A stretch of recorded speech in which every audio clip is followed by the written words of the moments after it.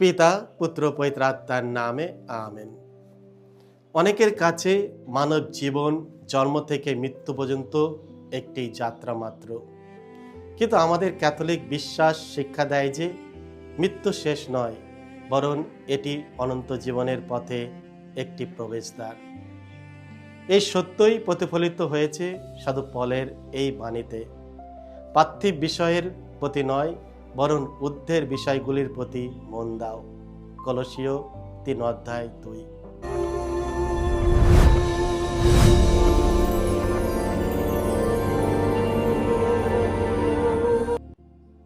খ্রিস্টে আমার পরম প্রিয়জনেরা, আজ জুন মাসের 3 তারিখ, সাধারণকালের নবম সপ্তাহ, বুধবার। আর আজকে ডেলি মান্না ঈশ্বরের বাণী প্রতিদিন নেওয়া হয়েছে সাধু মার্ক রচিত মঙ্গল সমাচার থেকে 12 অধ্যায় 18 থেকে 27 পদ। এসো আমরা ভক্তিভাবে আজকের এই বাণীটি শুনি। একদিন কয়েকজন সাধুকী যিশুর কাছে এগিয়ে এলেন। এই সাধুকীরা বলে থাকেন, পুনরুত্থান বলে নাকি কোনো কিছুই নেই।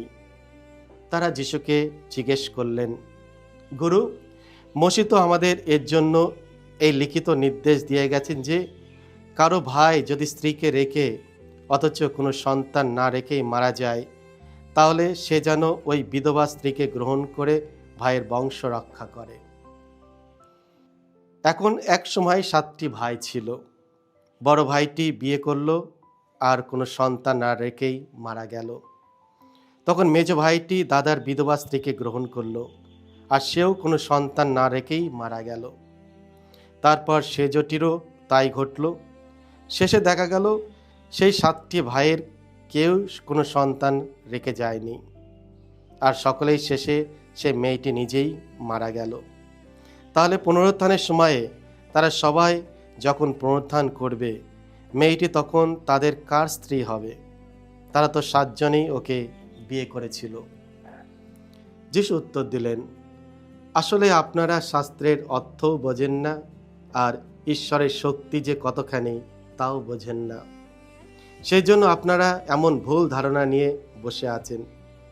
কেননা মানুষ যখন মৃতদের মধ্য থেকে পুনরুত্থান করে, তখন কেউ তো বিয়েও করে না, কারো বিয়েও তো দেওয়া হয় না, বরং সবাই তখন হয়ে ওঠে যেন স্বর্গদূতদেরই মতো। এবার মৃত্যুরা যে পুনরুত্থিত হয়, সেই প্রসঙ্গেই আসা যাক। আপনার কি কখনো মসির বাণী গ্রন্থে জ্বলন্ত ঝোপের সেই কাহিনীটির মধ্যে এই কথা পড়নি যে ঈশ্বর মসিকে তখন বলেছিলেন, আমি আব্রাহামের ঈশ্বর, ইসাহাকের ঈশ্বর ও যাকবের ঈশ্বর। ঈশ্বর তো মৃতদের নন, জীবিতদেরই ঈশ্বর। সুতরাং আপনাদের ধারণাটা পুরোপুরি ভুল। এই হলো প্রভু যিশুর মঙ্গল সমাচার। প্রভু যিশু তোমার মহিমা উচ্চারিত হোক।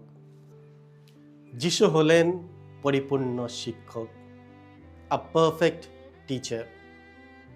খ্রিস্ট আমার পরম প্রিয়জনেরা, যিশু হলেন সেই পরিপূর্ণ শিক্ষক যিনি কেবল ভুলকে সংশোধন করেন না, বরং সঠিক পথ দেখান ও সঠিক শিক্ষা দেন। আজকের পবিত্র বাণীতে আমরা শুনি সাধুকীরা মৃতদের পুনরুত্থান সম্পর্কে যিশুকে প্রশ্ন করেছিল। যিশু তাদের 2 ভাবে উত্তর দেন। প্রথম, যিশু তাদের অজ্ঞানতাকে সংশোধন করেন। তিনি তাদের বললেন, আসলে আপনারা শাস্ত্রের অর্থ বোঝেন না, আর ঈশ্বরের শক্তি যে কতখানি তাও বোঝেন না।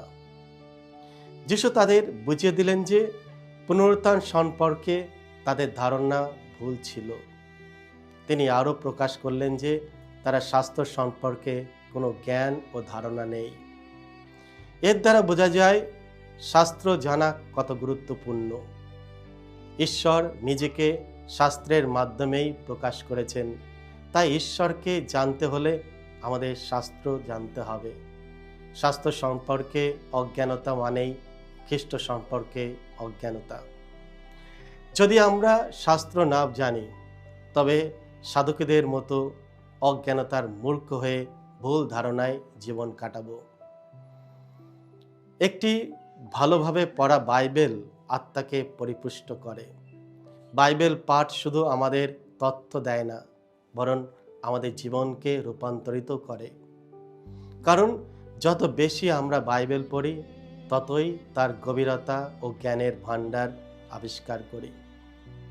পার্থিব বিষয় জানার জন্য আমরা গুগল ব্যবহার করি, কিন্তু স্বর্গীয় বিষয় জানার জন্য আমরা কতটা বাইবেল ব্যবহার করি? দ্বিতীয়ত, যিশু আমাদের মৃতদের পুনরুত্থান সম্বন্ধে সঠিক জ্ঞান ও শিক্ষা দেন।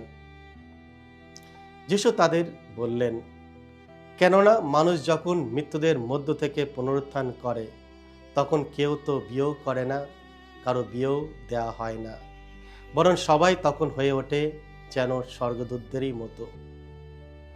এর মাধ্যমে যিশু নিশ্চিতভাবে ঘোষণা করেন যে মৃত্যুর পরে পুনরুত্থান আছে। কোনো মৃত্যু ব্যক্তি ফিরে এসে আমাদের বলেনি মৃত্যুর পরে জীবন কেমন। একমাত্র যিশুই এই বিষয়ে আমাদের শিক্ষা দিয়েছেন। যিশু যখন বলেন যে স্বর্গে আর বিবাহ হবে না, তখন তিনি স্পষ্ট করেন যে সমস্ত মানবিক সম্পর্ক এই পৃথিবীতেই সীমাবদ্ধ। স্বর্গে তার আর কোনো ধারাবাহিকতা থাকবে না।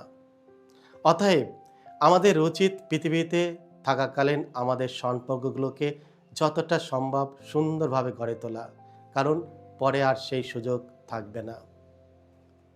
খ্রিস্টে আমার পরম প্রিয়জনেরা, অনেকের কাছে মানব জীবন জন্ম থেকে মৃত্যু পর্যন্ত একটি যাত্রা মাত্র, কিন্তু আমাদের ক্যাথলিক বিশ্বাস শিক্ষা দেয় যে মৃত্যু শেষ নয়, বরং এটি অনন্ত জীবনের পথে একটি প্রবেশদ্বার। এই সত্যই প্রতিফলিত হয়েছে সাধু পলের এই বাণীতে, পার্থিব বিষয়ের প্রতি নয়, বরং ঊর্ধ্বের বিষয়গুলির প্রতি মন দাও। কলসীয় 3:2। দ্বিতীয়ত, যিশু প্রকাশ করেন যে স্বর্গে আমরা স্বর্গদূতদের মতো হব, অর্থাৎ আত্মিক ও পরিপূর্ণ সত্তা। এর মানে হলো স্বর্গদূতরা কেবল স্বর্গেই আছে, পৃথিবীতে নয়। যতদিন আমরা পৃথিবীতে আছি ততদিন আমরা অপূর্ণ মানুষ। কেবল স্বর্গেই আমরা স্বর্গদূতদের মতো পরিপূর্ণ হব। খ্রিস্টে আমার পরম প্রিয়জনেরা, আমাদের পরিপূর্ণ শিক্ষক, যিনি সর্বদাই আমাদের সঠিক পথে পরিচালনা করেন, আসুন আমরা তারই শিক্ষায় অনুপ্রাণিত হয়ে জীবনযাপন করার চেষ্টা করি। প্রভু যীশু আমাদের সঙ্গে রয়েছেন। আমাদের এই চেষ্টায় তিনি সর্বদাই আমাদের সাহায্য করবেন। সকলকে জয় যীশু। ঈশ্বর আপনাদের সকলকে আশীর্বাদ করুন।